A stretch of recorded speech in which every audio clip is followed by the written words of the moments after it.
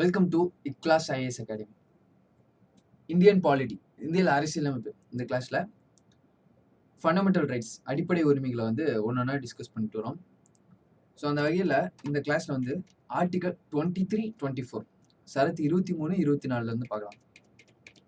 So last class வரைக்கும் article 22 வரைக்கும் பார்த்துருப்போம், கரெக்டுங்களா?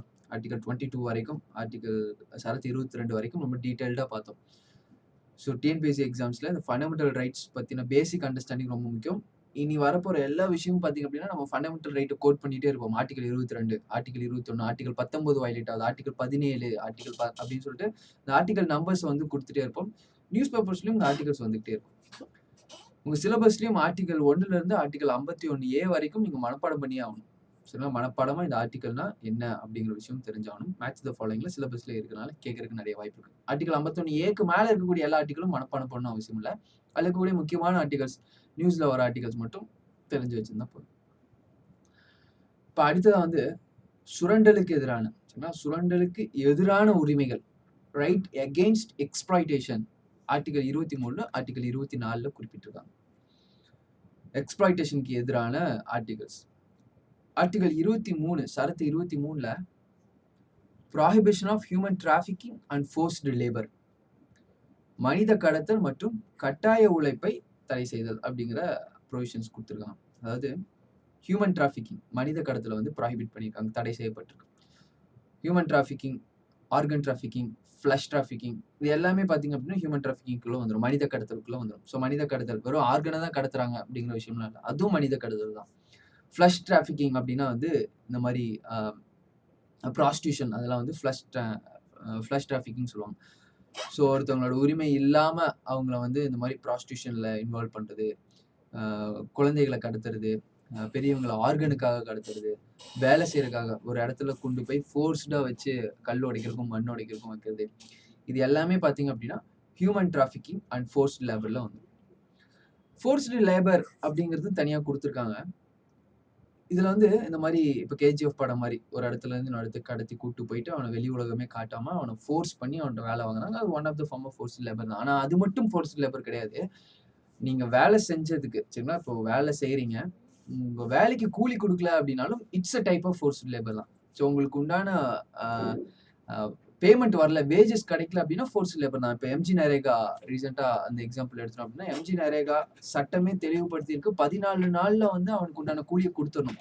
இப்போ 14 நாளில் அவனுக்கு கூலி கொடுக்கல அப்படிங்கிறது வந்து it's a type of forced labour தான். அவனோட அடிப்படை உரிமை இங்கே பாதிக்கப்படுது, உடனே அவனுக்கு ஸ்டேட் மேலே ஆக்ஷன் எடுங்க அப்படின்னு ரீசெண்டாக ஜட்ஜ்மெண்ட்ஸ்லாம் வந்துட்டு இருக்கு. எம்ஜி நரேகா அப்படிங்கிறது ஒன்றும் இல்லை, Mahatma Gandhi national rural employment programme, 100 நாள் வேலை திட்டம். அதை வந்து எம்ஜி நரேகா பற்றி நம்ம டீட்டெயிலாக டிஸ்கஸ் பண்ணலாம். ஸோ ஆர்டிகல் 23, ஆர்டிகல் 24 சுரண்டலுக்கு எதிரான ஆர்டிகல்ஸ், உரிமைகள். ஆர்டிகல் 23ல பர்டிகுலராக என்ன கொடுத்துருக்காங்கன்னா, ஹியூமன் டிராஃபிக்கிங், ஃபோர்ஸ்டு லேபர், மனித கடத்தல் மற்றும் ஃபோர்ஸ் பண்ணி, அதாவது கட்டாயமான உழைப்பு. கட்டாயமான உழைப்புல வெறும் கட்டாயப்படுத்தி உழைக்கிறது மட்டும்தான் இல்லை, அதை டைரக்டா புரிஞ்சுக்கூடாதுன்னு சொல்றேன். சுப்ரீம் கோர்ட் தரப்புல தெளிவுபடுத்திருக்காங்க. வேலைக்கான தகுந்த கூலியை அந்த டைமுக்குள்ள கொடுக்கல அப்படின்னா it's a type of forced labour. உங்க வீட்டுக்கு வேலை செய்ய தோட்டக்காரர் வராரு, ஒரு மாசத்துல அவருக்கு சம்பளம் கொடுக்கணும். ஸோ அந்த ஒரு மாசத்துல சம்பளம் கொடுக்கல, அக்ரிமெண்ட் படி நீங்க போட்டிருக்கீங்க, ஒரு மாசத்துல சம்பளம் கொடுக்கணும்.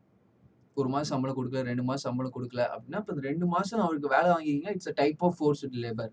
அதுவும் பார்த்தீங்க அப்படின்னா ஒரு கட்டாய வேலையை வாங்கின மாதிரி தான். உடனே அந்த தோட்டக்காரரு உங்க மேல சுப்ரீம் கோர்ட்ல கேஸ் போடலாம், ஃபோர்ஸ்டு லேபர் கேஸ் போடலாம். அதோட அடிப்படை உரிமை பாதிக்கப்படுதுன்னு சொல்லிட்டு அதுக்கு உண்டான நடவடிக்கை உங்க மேல எடுக்கப்படும். ஸோ இந்த மனித கடத்தல் மற்றும் கடினமான உழைப்பு தடை, இதான் வந்து human trafficking and begar. So forced லேபரை வந்து பெக்கர் அப்படின்னு குறிப்பாங்க. அதாவது பெக்கர் அப்படிங்கிறது டைரக்டா பிச்சை எடுக்கிறவங்க அப்படின்னு இல்லை, இந்த கட்டாயமா ஒருத்தனோட உழைப்பை வந்து சுரண்டுறது, வேலை செஞ்சவனுக்கு தகுந்த கூலி கொடுக்காது, இது எல்லாமே ஃபோர்ஸ்டு லேபர்ல வந்து. ஸோ இதெல்லாம் பார்த்தீங்க அப்படின்னா millions of under privilege and deprived people of the country, இவங்க தான் மெயினாக பாதிக்கப்படுறாங்க இல்லையா? காசு இருக்கிறவங்க போயிட்டு ஒன்றும் கூலிக்காக வேலை செய்யப்படுதுல. ஸோ அவன் போட்ட அக்ரிமெண்ட் படி அவனுக்கு காசு வந்துடும். அக்ரிமெண்ட் வயலேட் ஆச்சுன்னா அட்லீஸ்ட் அவனுக்கு அந்த நாலேஜ் இருக்கு, உடனே அவன் கேஸு கோர்ட்டுன்னு போகிறான். ஆனால் அண்டர் ப்ரிவிலேஜ் பீப்புளுக்கு புரியாது இல்லையா? அவங்க வந்து இப்போ ஈவன் இந்த எம்ஜி நரேகா 100 நாள் வேலை திட்டத்தில் ரூரல்ல இருக்கக்கூடிய பீப்புளாக இருந்தீங்க அப்படின்னா, கிராமப்புறத்தில் உங்கள் ஏரியா வந்துருச்சு அப்படின்னா கான்ஸ்டிடியூஷனலா சரிங்களா, உங்களோட உரிமை உங்களுக்கு வேலைக்கு குடுத்தாகணும். உங்களுக்கு வேலை குடுத்தே ஆவணும். ஸோ அதுவே நெறைய பேத்துக்கு தெரியல. அதே மாரி பார்த்தீங்க அப்டின்னா, அ அந்த வேலை செஞ்சதுக்கான காசு 15 நாள்ல வரணும். அதுவும் நெறைய பேத்துக்கு தெரியல. ஸோ இடைத்தரகர்கள், நடுவுல இருக்க புரோக்கர்ஸ் பார்த்தீங்க அப்டின்னா, உங்களுக்கு வேலை வாங்கி குடுக்குறேன்னு சொல்லிட்டு அவன்கிட்ட ஒரு பைசா, அவன்கிட்ட ஒரு கமிஷன் வாங்குறது. ஸோ அவனுக்கு அடிப்படை உரிமையாவே அவனுக்கு வேலை வந்துரும். அவன் கண்டிப்பா அவனுக்கு வேலை குடுத்தே ஆவணும். அவன் அத அப்ளை பண்ணிட்டான் அப்டின்னா, அதுவும் பர்ட்டிகுலர் டைம்ல வேலை குடுத்தாகணும். ஸோ அப்ளை பண்ணி கொஞ்ச நாள்ல வேலை குடுத்தாகணும். அவன் வேலை செஞ்சு கொண்ட பர்ட்டிகுலர் டைம்ல அவனுக்கு சம்பளம் குடுத்துறணும். ஸோ இதெல்லாமே டிஃபைன் பண்ணியிருக்காங்க. இதெல்லாம் அடித்தட்டு மக்களுக்கு தெரியல. அதனால அதிகமா பாதிக்கப்படுது இந்த அண்டர் பிரிவிலேஜ்ட் பீப்பிள் தான். டிப்ரிவ்டு பீப்பிள் தான். பின்தங்கி இருக்கக்கூடிய மக்கள். வல்னரபிள் செக்ஷன், விளிம்புல இருக்கக்கூடிய வல்னரபிள் செக்ஷன்ஸ் தான் அதிகமா பாதிக்கப்படுறாங்க. So prohibition of human trafficking, humans organ trafficking ஒரு இடத்துல இருந்து கடத்துறது, இட்ஸ் அவனோட அடிப்படை உரிமைகளை பாதிக்கப்படுது, பெரிய குற்றம். அதே மாதிரி ஃபோர்ஸ்டு லேபர், யாரையும் ஃபோர்ஸ் பண்ணி லேபர் பண்ணக்கூடாது. அதே மாதிரி வேலை செஞ்சதுக்கான கூலிய அந்த தகுந்த டைம்ல குடுத்துறணும். இது 2யும் வந்து ஆர்டிகல் 23ல வந்து தெளிவுபடுத்தியிருக்காங்க. ஸோ ஜமீன்தாரி சிஸ்டம் அபாலிஷ் பண்ணாங்க. Zamindari system, land reforms act, jajmani system. Jajmani system அப்படின்னு ஒண்ணு இருக்கு. ரொம்ப முக்கியமான விஷயம். அதிகமா நீங்க கேள்விப்பட்டிருக்க மாட்டீங்க. ஜட்ஜ்மானி சிஸ்டம் அப்படிங்கிறது ஒண்ணும் இல்ல. ஜட்ஜ்மானி சிஸ்டம் இருக்கிற வரைக்கும் கேஸ்ட் சிஸ்டம் இருக்கும் அப்படின்னு சொல்லுவாங்க. ஒண்ணும் இல்ல. நம்ம கேஸ்ட் கூட பார்க்க வேணாம். சரிங்களா? கேஸ்ட் ஏ அப்படிங்கிறது உயர்ந்த ஜாதின்னு வச்சுக்கலாம். கேஸ்ட் பி, கேஸ்ட் சிங்கிறது தாழ்ந்த ஜாதி. இப்ப கேஸ்ட் ஏ என்ன பண்ணும் அப்படின்னா, சில வேலைகளை வந்து இந்த கேஸ்ட் பில இருக்கவன் பண்ணியாகணும். இது வந்து வழிமுறை ஹெரிடிட்டரியா காலங்காலமா இது வந்து ஒரு சிஸ்டமா வச்சிருக்காங்க. அதனாலதான் அது பேர் தான் ஜட்ஜ்மானி சிஸ்டம் அப்படிங்கிறது. தாழ்ந்த ஜாதியில இருக்கக்கூடியவன் அவனோட பையன் இந்த உயர்ந்த ஜாதியில இருக்கக்கூடிய வீட்டுக்கு கண்டிப்பா சர்வீஸ் பண்ணியே ஆகணும். இதான் ஜட்ஜ்மானி சிஸ்டம். அப்ப அவன் பண்ணல அப்படின்னா அவனுக்கு வேலை செய்யறதுக்கு ஆள் இருக்காது. அதனால அது ஸ்ட்ரக்சரா வச்சிருக்கான். ஸோ இந்த ஜட்ஜ்மானி சிஸ்டமும் பாத்தீங்க அப்படின்னா one type of force labour தான். அவன் வெளியே எங்கேயும் வேலைக்கு போகாம அங்க மட்டுமே வேலைக்கு போகணும் அப்படிங்கிற அந்த சிஸ்டம். இது எல்லாமே இந்த ஆர்டிகல் மூலியமா என்ன பண்றாங்க அப்படின்னா அபாலிஷ் பண்ணிட்டே வராங்க. காலகட்டத்துல எல்லாமே உடை தெரியப்படுது. So article 23 prohibition of human trafficking and force labour. இந்த ரைட் பாத்தீங்க அப்படின்னா போத் சிட்டிசன்ஸ், நான் சிட்டிசன்ஸ், இந்தியர் அல்லாதவர், இந்தியர், ஃபாரினர்ஸ் 2 பேத்துக்கும் பாத்தீங்க அப்படின்னா இந்த அடிப்படை உரிமை வந்து வழங்கப்பட்டிருக்கு. அடுத்ததா வந்து ஆர்டிகல் 14 இதுவும் சுரண்டலுக்கு எதிரான உரிமையில வரும். Article 23, article 24 right against exploitation கீழ வரும். ஆர்டிகல் 24 வந்து சைல்டு லேபர்னு சொல்லிடலாம். சரிங்களா? Protection of child labour. குழந்தை தொழிலாளர்கள் இருக்காங்க பாத்தீங்களா? அவங்கள வந்து பாதுகாக்கிறதுக்காக போடப்பட்ட ஒரு ஆர்டிகல். இந்த ஆர்டிகல் 24 என்ன சொல்லுது? இந்த ஆர்டிகல் 24 இம்ப்ளிமெண்ட் பண்றதுக்காக போடப்பட்ட ஒரு சட்டம், child labour prohibition and regulation act, குழந்தை தொழிலாளர் தடை மற்றும் ஒழுங்குமுறை சட்டம் 2014. இது 2மே என்ன சொல்லுது அப்படிங்கிறது தெளிவா தெரிஞ்சுக்கணும். ஃபர்ஸ்ட் ஆர்டிகல் 24 கான்ஸ்டிடியூஷன் புத்தகத்தை எடுத்து பார்த்தா ஆர்டிகல் 24ல இந்த ப்ரொஹிபிஷன் ஆஃப் சைல்டு லேபர்ல என்ன குறிப்பிட்டிருக்காங்க? 14 வயசு ஃபிக்ஸ் பண்ணியிருக்காங்க. ரைட் டு எஜுகேஷனும் 6ல இருந்து 14 தான் கொடுத்துருக்காங்க. ஸோ அந்த இயர் தான் ஃபிக்ஸ் பண்ணியிருக்காங்க. அப்ப 14 வயசு கீழே வந்து அவன் எந்த வேலையுமே செய்யக்கூடாது. அதாவது 14 வயசு கீழே இருக்கவங்க வேலை செய்யக்கூடாது. என்ன பண்ணணும்? எஜுகேஷனுக்கு போகணும். அதுக்காக இந்த ஆக்ட் கொண்டு வந்திருக்காங்க. ஸோ ஆர்டிகல் 24ல என்ன சொல்றாங்கன்னு மட்டும் பார்ப்போம். 14 வயசு கீழே இருக்கிறவங்க பார்த்தீங்க அப்படின்னா டேஞ்சரஸ் ஜாப்ஸ், சரிங்களா?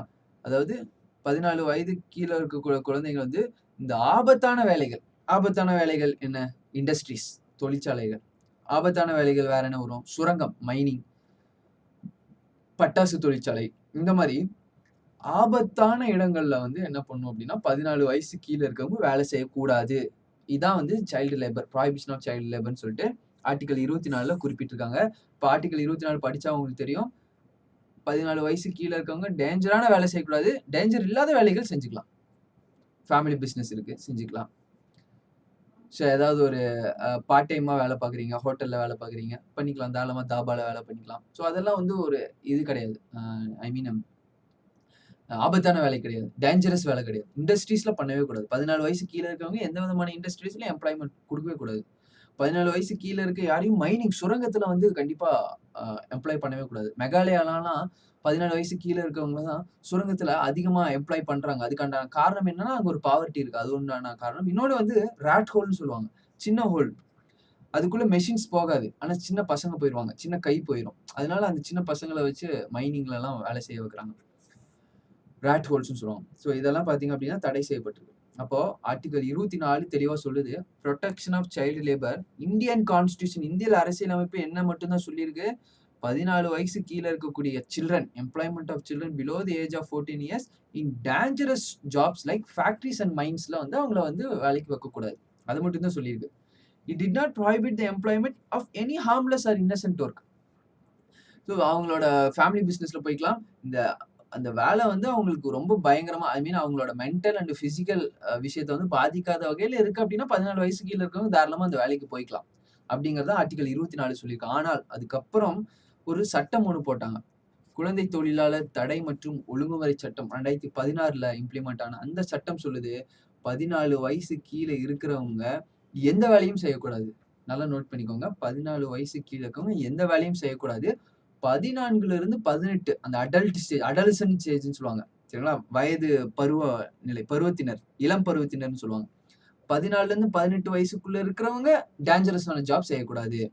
டேஞ்சரஸான ஜாப்ஸ்ன்னு எதை சொல்லியிருக்காங்க அப்படின்னா, அவங்களே ஒரு 18 இண்டஸ்ட்ரீஸ அந்த ஆக்ட்ல டிஃபைன் பண்ணிட்டாங்க. ஸோ கெமிக்கல் ஃபேக்டரி, ஸோ அதே மாரி கிராக்கர் ஃபேக்டரி, பட்டாசு தொழிற்சாலை, அதே மாரி இந்த மாரி iron and Steeles industries, mining ரிலேட்டடான இண்டஸ்ட்ரீஸ், இதெல்லாம் அவங்களே டிஃபைன் பண்ணியிருக்காங்க. ஸோ என்னதான் சொல்றேன், ஆர்டிகல் 24 அரசியலமைப்பு கான்ஸ்டிடியூஷன்ல 14 வயசு கீழ இருக்கிறவங்க ஹார்ம்ஃபுல்லான வேலை செய்யக்கூடாது. டேஞ்சரஸான வேலை செய்யக்கூடாது. இண்டஸ்ட்ரீஸ், தொழிற்சாலை, மைனிங் இந்த மாரி வேலைகள் செய்யக்கூடாது அப்படின்னு ஆர்டிகல் 24 சிம்பிளா சொல்லிட்டு போயிருச்சு. அதுக்கப்புறம் 2009, 2016ல போட்ட இந்த ஒழுங்குமுறை சட்டம், குழந்தை தொழிலாளர் தடுப்பு ஒழுங்குமுறை சட்டத்துல குறிப்பிட்டிருக்காங்க, 14 வயசு கீழ இருக்கிறவங்க யாருமே எந்த வேலையுமே செய்யக்கூடாது. 14லிருந்து 18 வயசுக்குள்ள இருக்கிறவங்க டேஞ்சரஸான வேலை செய்யக்கூடாது. 18 வயசுக்கு மேல இருக்கவங்க எந்த வேணாலும் செஞ்சுக்கலாம். ஸோ இத வந்து article child labour prohibition and regulation act 2014ல குறிப்பிட்டிருக்காங்க. ஆனா அதுல சில எக்ஸெப்ஷன்ஸும் இருக்கு. சினி ஃபீல்ட்ல வேலை செஞ்சுக்கலாம். மீடியா ஃபீல்ட்ல, ஆர்ட் ஃபீல்ட்ல வேலை செஞ்சுக்கலாம். குழந்தை சைல்டு ஆர்டிஸ்டா வேலை செய்றாங்க இல்லையா? படத்துலலாம் பார்க்குறோம். ஸோ அவங்க அந்த வேலை செஞ்சுக்கலாம். ஃபேமிலி பிசினஸ் பண்ணிக்கலாம் அப்படிங்கிறதும் குறிப்பிட்டிருக்காங்க. அன்லெஸ் அது வந்து டேஞ்சரஸா இல்ல. ஃபேமிலி பிசினஸ், ஃபேமிலியே கிராக்கர் இண்டஸ்ட்ரி பண்றாங்க, பட்டாசு வேலை பண்றாங்க, தீப்பெட்டி வேலை பண்றாங்க. அந்த ஃபேமிலி பிசினஸ்ல குழந்தைகள வந்து இன்வால்வ் பண்ணக்கூடாது.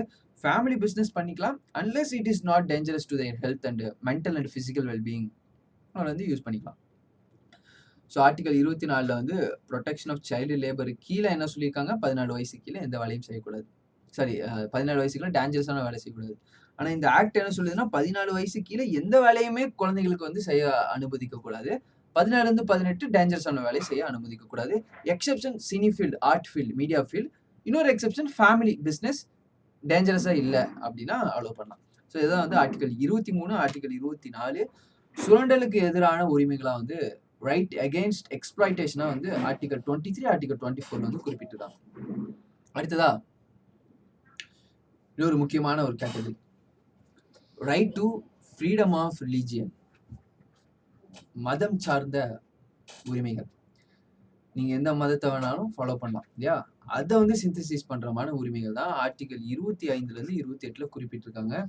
2019, 2020ல அந்த சபரிமலை கேஸ் ஜட்ஜ்மெண்ட்ஸ் ஆகட்டும், ரீசெண்டா இந்த ஆந்திரால இருக்கக்கூடிய இந்த பர்தா, சரிங்களா, ஹிஜாப் இஷ்யூ ஆகட்டும், ட்ரிபிள் தலாக், இது எல்லாமே பாத்தீங்க அப்படின்னா இந்த ஆர்டிகல் 25லேருந்து 28க்குள்ள என்னென்ன இந்தியன் கான்ஸ்டிடியூஷன்ல குறிப்பிட்டிருக்கு அப்படிங்கறது தெளிவுபடுத்திட்டீங்க அப்படின்னா அந்த கேசஸ்லாம் நடக்குது, ஜட்ஜ்மெண்ட்ஸ்லாம் வருது அப்படின்னா உங்களுக்கு நல்லா புரியறதுக்கு வந்து வசதியா இருக்கும். ஸோ ஆர்டிகல் 25லேருந்து 28 இந்தியாவோட மதச்சார்பின்மையை காட்டுறதுக்கான சரத்துன்னு சொல்லலாம். இந்தியாவோட மதச்சார்பின்மை பார்த்தீங்க அப்படின்னா வெஸ்டர்ன், மேற்கத்திய அந்த மதச்சார்பின்மையோட டிஃப்ரெண்டா இருக்கும் இல்லையா? வெஸ்டர்ன் செக்குலரிசம்க்கும் இந்தியன் செக்குலரிசம்க்கும் வித்தியாசம் இருக்கு. மேற்கத்திய மதச்சார்பின்மை அந்த கொள்கைக்கும் நம்மளோட இந்திய மதச்சார்பின்மைக்கும் பார்த்தீங்க அப்படின்னா வித்தியாசம் இருக்கு அப்படிங்கிறது இந்த ஆர்டிகல் 25லேருந்து 28 வந்து தெளிவுபடுத்தியிருக்கும். நம்மளுக்கும் மதச்சார்பற்ற நாடு அவங்களுக்கும் என்னெல்லாம் வித்தியாசங்கள் அதையும் பார்த்தீங்க அப்படின்னா ஆர்டிகல் 25லேருந்து 28ல குறிப்பிட்டிருப்பாங்க. So right to freedom of ரிலீஜன்ல ஆர்டிகல் 25, ஆர்டிகல் 26, ஆர்டிகல் 27, ஆர்டிகல் 28 இந்த 4 ஆர்டிகலும் என்ன சொல்லுது அப்படிங்கிறத தெளிவாக சொல்லிட்டாலே இந்த ரிலீஜன் ரிலேட்டடான கேசஸ் வந்து உங்களுக்கு நல்லாவே புரிய வரும். ஃபர்ஸ்ட் எடுத்துக்கலாம் ஆர்டிகல் 25. ஒரு ஆர்டிகலும் என்ன சொல்லுது, அதில் இருக்கக்கூடிய விஷயங்கள் என்ன சொல்லுது அப்படிங்கிறத பார்த்துட்டு அதுக்கப்புறம் ஜட்ஜ்மெண்ட்ஸ் பார்க்கலாம். சபரிமலை கேஸ் ஜட்ஜ்மெண்ட்ஸ் என்ன சொல்லியிருக்காங்க. இந்த ஹிஜாப் இஷ்யூல என்ன இந்த 25, 28 கோட் பண்ணி என்ன சொல்லியிருக்காங்க. அதே மாதிரி ட்ரிபிள் தலாக் இஷ்யூவும் பார்த்தலாம். ஸோ இந்த 3 விஷயங்களும் இந்த ஆர்டிகல் 25, 28 கூட எப்படி ரிலேட் ஆயிருக்கு அப்படிங்கிறது ஜஸ்ட் அந்த நியூஸ் உங்களுக்கு புரியணும் அப்படிங்கிறதுக்காக. ஆனா நம்மளுக்கு மெயினா என்ன வேணும்னா அந்த இஷ்யூலாம் தேவை கிடையாது. மெயினா ஆர்டிகல் 25 என்ன சொல்லுது, 26 என்ன சொல்லுது அப்படிங்கிற அந்த கான்ஸ்டிடியூஷன் என்ன சொல்றாங்க அப்படிங்கிற விஷயம் தான் நம்ம எக்ஸாம் பாயிண்ட் ஆஃப் வியூல தேவை. இது புரியறதுக்காக நீங்க அந்த ஜட்ஜ்மெண்ட்ஸ் எடுத்துக்கலாம் தவிர அந்த ஜட்ஜ்மெண்ட்ஸ் வந்து டிபெண்ட் பண்ண வேணாம். ஏன்னா ஜட்ஜ்மெண்ட்ஸ் மாறும். இப்போ ஒரு ஜட்ஜ்மெண்ட் சொல்லியிருக்காங்க, இன்னும் கொஞ்ச நாள்ல வேற ஜட்ஜ்மெண்ட் சொல்லுவாங்க. ஸோ ஜட்ஜ்மெண்ட்ஸ் டிபெண்ட் பண்ண வேணாம். கான்ஸ்டிடியூஷன் சட்ட புத்தகத்துல என்ன இருக்கு அப்படிங்கிற விஷயம் தெரிஞ்சாலே போதும். ஆர்டிகல் 25ல தெளிவா ஒரு 4 வார்த்தைகள் வந்து குறிப்பிட்டிருக்காங்க. ஃப்ரீடம் ஆஃப் கான்சியன்ஸ், மனசாட்சி. கான்சியன்ஸ்னா மனசாட்சி. உங்க மனசாட்சி என்ன சொல்லுதோ அதை வந்து நீங்க பண்ணலாம். உங்களுக்கு அதுக்கு உண்டான உரிமை இருக்கு. அது ரிலீஜியன் ஆகட்டும் இல்ல வேற எந்த விஷயம் ஆகட்டும். ஃப்ரீடம் ஆஃப் கான்சியன்ஸ் கொடுத்துட்டாங்க. அரசியல் சட்ட புத்தகம் இந்தியன் கான்ஸ்டிடியூஷன் உங்களுக்கு உரிமை கொடுத்துருக்கு. உங்களுக்கு ஃப்ரீடம் ஆஃப் கான்சியன்ஸ். நீங்க மனசளவுல என்ன வேணா நினைக்கலாம். உங்க மனசாட்சி சொல்ற என்ன ரிலீஜனை வேணா ஃபாலோ பண்ணலாம். ஈவன் ரிலீஜனை ஃபாலோ பண்ணாம கூட இருக்கலாம். ஸோ அதுவும் பாத்தீங்கன்னா உங்களுக்கு ரைட் தான். ரிலீஜனை ஃபாலோ பண்றது மட்டும் இல்ல, எந்த ரிலீஜனை வேணா ஃபாலோ பண்ணலாம். எந்த ரிலீஜனும் ஃபாலோ பண்ணாம இருக்கிறதும் உங்களுக்கு உண்டான உரிமை தான். Freedom of conscience. அடுத்தது ஃப்ரீடம் ஆஃப் ப்ரொஃபஷன். ப்ரொஃபஷன் அப்படிங்கிறது அந்த ரிலீஜன் நீங்க தொழிலா எடுத்து பண்ணலாம் தாராளமா. நீங்க ஒரு பூசாரி ஆகலாம். நீங்க வந்து அந்த ரிலீஜன்ல இருக்கக்கூடிய தொழிலை வந்து தாராளமா பண்ணலாம். பூசாரி ஆகலாம், பாதிரியார் ஆகலாம். அதான் ப்ரொஃபஷனா எடுத்து தாராளமா பண்ணலாம். Right to practise. நீங்க அந்த ரிலீஜனை பிராக்டிஸ் பண்ணலாம். பப்ளிக்கா பிராக்டிஸ் பண்ணலாம். பப்ளிக்கா நீங்க தொப்பி போடலாம். பப்ளிக்கா தாடி வைக்கலாம். சரிங்களா? பப்ளிக்கா வந்து பொட்டு வைக்கலாம். ஸோ உங்களுக்கு அடிப்படை உரிமை ஆர்டிகல் 25ல கொடுத்துருக்காங்க. Right to practise. அதை வந்து பிராக்டிஸ் பண்ணலாம். நீங்க என்ன வேத புத்தகத்தை படிக்கணுமோ படிக்கலாம். ஸோ போய் தொழுகலாம், போய் சாமி கும்பிடலாம், போய் ப்ரே பண்ணலாம். பிராக்டிஸ் பண்றதுக்கான உரிமை கொடுத்துருக்காங்க. 4வதா இன்னொரு முக்கியமான விஷயம், ரைட் டு ப்ரொபகேஷனும் உங்களுக்கு இருக்கு. நீங்க ஃபாலோ பண்ற ரிலீஜனை மத்தவங்களுக்கு எடுத்து சொல்றதுக்கான உரிமையும் உங்களுக்கு இருக்கு. ப்ரொபகேஷனும் இருக்கு. பரப்புதல். ப்ரொபகேஷன் அப்படின்னா பரப்புறது. ஸோ ஃப்ரீடம் ஆஃப் கான்சியன்ஸ், மனசாட்சி சொல்றபடி நடக்கிறதுக்கு உங்களுக்கு உரிமை இருக்கு. ஃப்ரீடம் ஆஃப் ப்ரொஃபஷன், அதுவே ஒரு தொழிலா எடுத்து பண்றதுக்கும் உங்களுக்கு உரிமை இருக்கு. ஃப்ரீடம் ஆஃப் பிராக்டிஸ், அதை வந்து பயிற்சி பண்றதுக்கு பிராக்டிஸ் பண்றதுக்கும் உங்களுக்கு பப்ளிக்கா பிராக்டிஸ் பண்றதுக்கும் உங்களுக்கு உரிமை இருக்கு. ப்ரொபகேட் பண்றதுக்கும் உங்களோட ரிலீஜனை பரப்புறதுக்கும் உங்களுக்கு வந்து உரிமை இருக்கு. ஆர்டிகல் 25ல இதெல்லாம் சொல்லிட்டாங்க. ஆனா கம்ஸ் வித் ரெஸ்ட்ரிக்ஷன்ஸ். ப்ரொபகேட் பண்றதுக்கு உங்களுக்கு உரிமை இருக்கு. ஆனா அடுத்தவங்களை வந்து கம்பல் பண்றதுக்கு உரிமை கிடையாது. உங்க பையனே இருக்கட்டும், சரிங்களா? 18 வயசுக்கு தாண்டின உங்க பையனுக்கே வந்து அந்த ரிலீஜனை கண்டிப்பா அவன் ஃபாலோ பண்ணணும்னு சொல்லிட்டு கம்பல் பண்றதுக்கு உரிமை கிடையாது. ப்ரொபகேட் பண்றதுக்கு உரிமை இருக்கு. ஒரு பொது இடத்துல நின்று உங்க ரிலீஜனை பத்தி நீங்க ப்ரொபகேட் பண்ணலாம், உரிமை இருக்கு. ஆனா அதே பொது இடத்துல நின்று உங்க ரிலீஜனை ஃபாலோ பண்ணணும்னு சொல்லிட்டு கம்பல் பண்ணக்கூடாது. உங்க ரிலீஜனை வச்சு மற்ற ரிலீஜனை டெரகேட்டரி ரிமார்க்ஸ் பண்ணக்கூடாது அப்படிங்கிறத ஆர்டிகல் 25ல லிமிடேஷன்ஸோட குறிப்பிட்டிருக்காங்க. Article 25 freedom of conscience, freedom of profession, freedom of practice, freedom of propagation, இந்த 4 உரிமைகளை வந்து அவங்களுக்கு குறிப்பிட்டிருக்காங்க. சரி, இது வந்து இந்தியனுக்கு மட்டும்தான். இப்போ பாகிஸ்தான்ல இருந்து ஒருத்தர் வராரு, அவருக்கு இருக்கா? இந்த ஆர்டிகல் 25ல இருக்கக்கூடிய இந்த 4 உரிமைகளும் ரஷ்யால இருந்து ஒருத்தர் வராரு, யூஎஸ்ல இருந்து ஒருத்தர் வராரு, அதாவது நான் சிட்டிசன்ஸ், அவங்களுக்கு இருக்கா அப்படின்னா அவங்களுக்கும் இருக்கு. ஸோ பாகிஸ்தான்ல இருந்து வரக்கூடியவர் அவரோட ரிலீஜனை ஃபாலோ பண்றதுக்கான உரிமை இருக்கு இந்தியால. ஸோ ரஷ்யால இருந்து வராரு, சைனால இருந்து வராரு, அவர் எந்த ஒரு ரிலீஜனும் ஃபாலோ பண்ணல, அந்த உரிமையும் பாத்தீங்க அப்படின்னா இந்தியாவில குறிப்பிட்டிருக்காங்க. Article 25 available to both citizens and நான் சிட்டிசன்ஸ். கன்சியன்ஸ், மனசாட்சி அப்படிங்கிறது என்ன சொல்றாங்கன்னா, a person may or may not choose to follow any religion. அவனோட மனசாட்சி பிரகாரம் இந்த ரிலீஜனை ஃபாலோ பண்ணலாம், இந்த ரிலீஜன்ல இருந்து இன்னொரு ரிலீஜனை மாறலாம், எந்த 2 ரிலீஜனையுமே அவன் ஃபாலோ பண்ணாம இருக்கலாம். ஸோ அதுதான் வந்து கான்சியன்ஸ்ல குறிப்பிட்டிருக்காங்க. ரைட் டு ப்ரொஃபஸ், ஒரு நபர் எந்த மதத்தையும் பின்பற்றாமல் இருக்கவும் தேர்வு செய்யலாம். One can declare his or religious belief and faith openly and freely. Right to profess. Profess அப்படிங்கிறது அதான் சொல்லியிருக்காங்க. நான் இந்த ரிலீஜனை சார்ந்தவன், நான் இந்த ரிலீஜனுக்கு ரிலேட்டடான இந்த வேலையை செய்யறேன் அப்படிங்கறத வந்து அவன் ஓப்பனா சொல்றதுக்கும் அவனுக்கு வந்து உரிமை இருக்கு. இன்ஃபேக்ட் நிறைய எம்ப்ளாய்மெண்ட் கூட பாத்தீங்க அப்படின்னா ரிலீஜன் பேஸ் பண்ணி கொடுக்குறாங்க. இப்போ வக்கஃப் போர்ட்ல ஒரு நோட்டிபிகேஷன் வருது அப்படின்னா அதுக்கு எலிஜிபிள் மெயின் சிட்டிசன், அடுத்தது முஸ்லீமா இருக்கணும். ஹிந்து என்டோன்மெண்ட் போர்ட்ல இருந்து வந்திருக்கு அப்படின்னா அவனோட மெயினான ஒன்று ஹிந்துவா இருக்கணும்.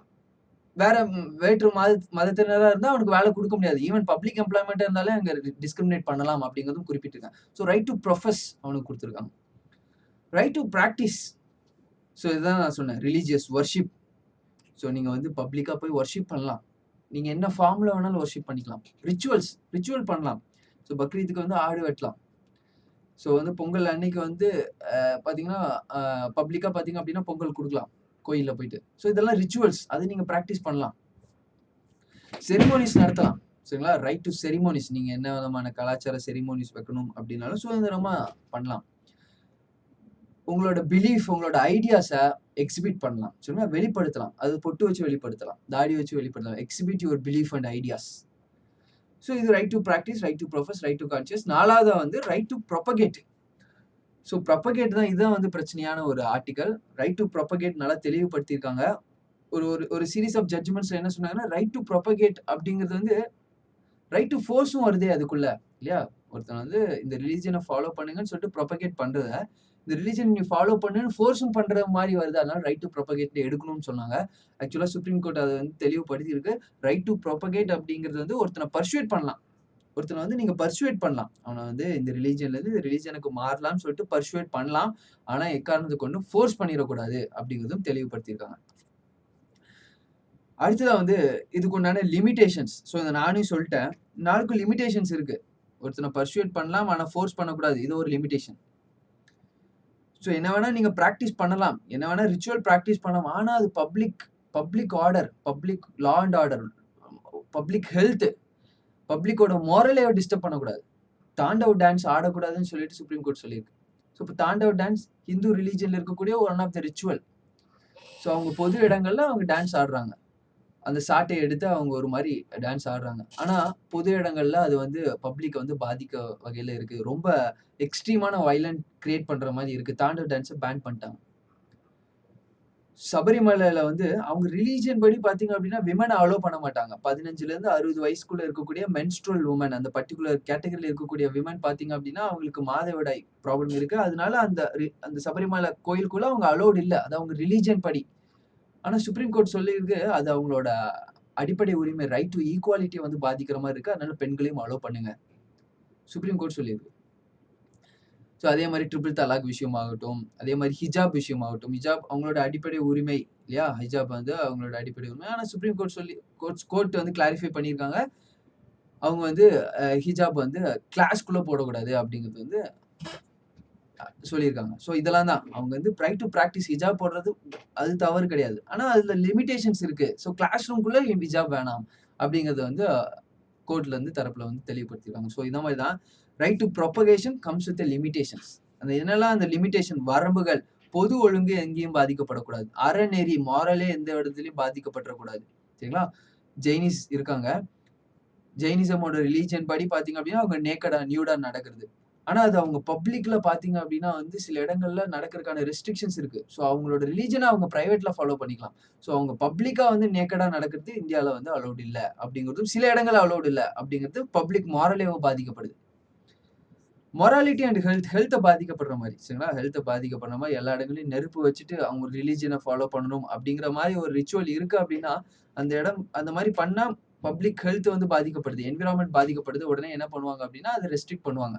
ஃபார் எக்ஸாம்பிளுக்கு வந்து தீபாவளி ரிலீஜியஸ் ஃபெஸ்டிவல், ஹிந்துஸோட ரிலீஜியஸ் ஃபெஸ்டிவல். பட்டாசு வெடிக்கிறதுக்கு அவங்க உரிமை இருக்கு. ஆனால் அதில் ரெஸ்ட்ரிக்ஷன்ஸ் கொடுத்துருக்காங்க. நைட் இவ்வளோ நேரம் தான் பட்டாசு வெடிக்கணும், தீபாவளி அன்னைக்கு மட்டும்தான் பட்டாசு வெடிக்கணும், மற்ற நாள் வெடிக்கக்கூடாது. இதெல்லாம் பார்த்தீங்க அப்படின்னா அவங்களுக்கு உண்டான ரெஸ்ட்ரிக்ஷன்ஸ். ஸோ இது இல்லாம நிறைய சமூக சீர்திருத்தங்கள், சோஷியல் ரிஃபார்ம்ஸ்ன்னு சொல்லுவாங்க, சோஷியல் ஈவில்ஸ். ஃபார் எக்ஸாம்பிளுக்கு சதி ஹிந்து ரிலீஜனோட ஒரு ஒன் ஆஃப் த அவங்களோட ரிலீஜன் உண்டான ஒரு ரிச்சுவல் ப்ராக்டிஸ். ஸோ அதை பேன் பண்ணியிருக்காங்க. பைகாமி, ஹியூமன் சாக்ரிஃபைஸ், சரிங்களா? ஹியூமன் வந்து சாக்ரிஃபைஸ் பண்றது, ரிலீஜன் பேர் சொல்லி மனிதனை பலி கொடுக்கறது பேன் பண்ணியிருக்கு. இந்தியாவில் வந்து பேன் பண்ணியிருக்கு. ஸோ இந்த மாதிரி விஷயங்கள்லாம் வந்து ஆர்டிகல் 25ல வந்து டீட்டெயிலாக வந்து டிஸ்கஸ் பண்ணியிருக்காங்க. Freedom of conscience, profession, practice, provision, இந்த எல்லா உரிமைகளும் கொடுத்துருக்காங்க. எல்லா உரிமைகளுக்கான லிமிடேஷன்ஸும் கொடுத்துருக்காங்க. அடுத்தது ஆர்டிகல் 26, அது ரிலீஜனை பற்றி என்ன சொல்லுது. ஆர்டிகல் 27, 28 ரிலீஜனை பற்றி என்ன சொல்லுது. ஸோ இது மூணும் பார்த்தீங்க அப்படின்னா வந்து நம்ம நெக்ஸ்ட் கிளாஸில் வந்து டிஸ்கஸ் பண்ணுவோம். ஸோ தேங்க்யூ ஃபார் வாட்சிங் இக்லாஸ் ஐஏஎஸ் அகாடமி.